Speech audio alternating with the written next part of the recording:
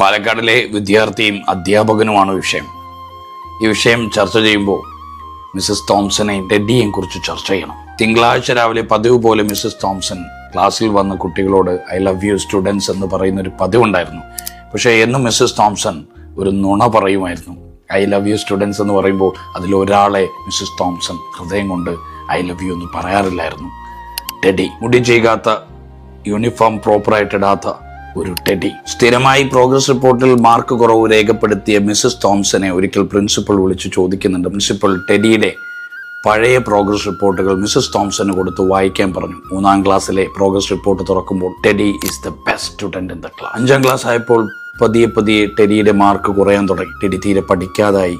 തിരക്കിയപ്പോൾ ടെഡിയുടെ അമ്മ ക്യാൻസർ ബാധിച്ച് മരണപ്പെട്ടു. പിന്നീട് ടെഡിയുടെ മുടി ചീകി കണ്ടിട്ടില്ല, പഠിത്തം നന്നായി കണ്ടിട്ടില്ല. ഈ പ്രോഗ്രസ് റിപ്പോർട്ടൊക്കെ കണ്ട് മിസ്സസ് തോംസൺ ഒരു തീരുമാനമെടുത്തു.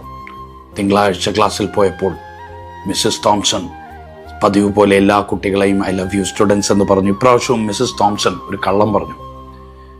എല്ലാവരെയും ഐ ലവ് യു എന്ന് പറഞ്ഞപ്പോൾ ഒരാളെ കൂടുതൽ ഇഷ്ടത്തോടുകൂടി ഹൃദയത്തോട് ചേർത്ത് ഐ ലവ് യു എന്ന് പറഞ്ഞു.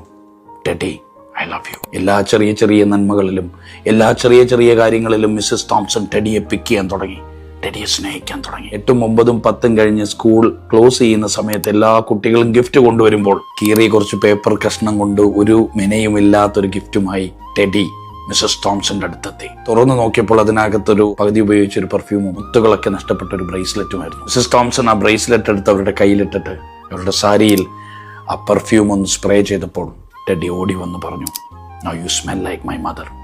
ഇപ്പൊ നിങ്ങൾ എൻ്റെ അമ്മയെ പോലെ മണക്കുന്നു. അമ്മ മരിക്കുന്നതിന് മുമ്പ് ഉപയോഗിച്ച പെർഫ്യൂമും അമ്മയുടെ മരണശേഷം കയ്യിൽ നിന്ന് ഊരിയ ബ്രേസ്ലെറ്റുമായിരുന്നു ടെഡി മിസ്സസ് തോംസൺ കൊടുത്ത സമ്മാനം. പിന്നീട് മിസ്സസ് തോംസൺ സ്കൂൾ വിട്ടുപോയെങ്കിലും ടെഡി വല്ലപ്പോഴും ഒക്കെ കത്തെഴുതുമായിരുന്നു.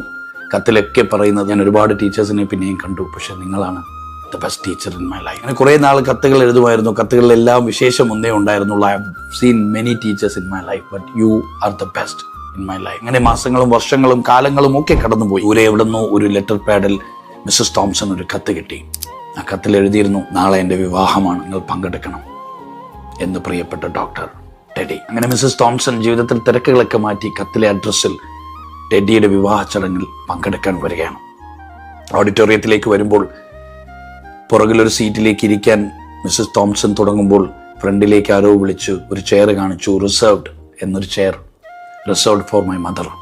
എൻ്റെ അമ്മയ്ക്കായി റിസർവ് ചെയ്തൊരു ചെയറിൽ മിസ്സസ് തോംസനെ ഡോക്ടർ ടെഡി ഇരുത്തി.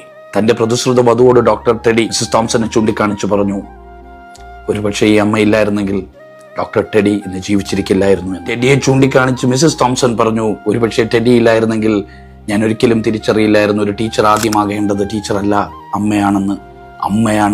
അമ്മയായി മാറണം എന്ന് എന്നെ പഠിപ്പിച്ചത് ടെഡിയാണ്. എന്നെ ഈ കേൾക്കുന്ന ഓരോ ടീച്ചേഴ്സും ആദ്യം മനസ്സിലാക്കേണ്ടത്, നമ്മളൊക്കെ ആദ്യമാകേണ്ടത് ടീച്ചറല്ല, ആദ്യമാകേണ്ടത് അമ്മയാണ്, അച്ഛനാണ്. നമ്മൾ പഠിപ്പിക്കുന്ന കുട്ടികളുടെ അമ്മയും അച്ഛനുമായി നമ്മൾ മാറുമ്പോഴാണ് ലോകത്തൊരുപാട് ടെഡിമാരുണ്ടാകുന്നത്. ഒരുപാട് ഡോക്ടേഴ്സും എഞ്ചിനീയേഴ്സിനെയൊക്കെ സൃഷ്ടിക്കണമെങ്കിൽ നമ്മൾ ആദ്യം ടീച്ചറല്ല ആകേണ്ടത്. ഈ വീഡിയോ കണ്ട് തിങ്കളാഴ്ച നിങ്ങൾ സ്കൂളിൽ മടങ്ങുമ്പോൾ നിങ്ങളൊരു തീരുമാനമെടുക്കണം. തിരിച്ചു പോകേണ്ടത് ഒരമ്മയായിട്ടാകണം, ഒരച്ഛനായിട്ടാകണം. നമ്മൾ മുന്നിൽ കാണുന്ന മുടി ചെയ്യാത്ത, യൂണിഫോം പ്രോപ്പറായിട്ട് ഇടാത്ത ഒരു ടെഡി നിങ്ങളുടെ മുന്നിൽ ഇരിക്കുന്നുണ്ടെങ്കിൽ അറിയണം, അവൻ്റെ പിറകിൽ ഒരു ജീവിതമുണ്ട്.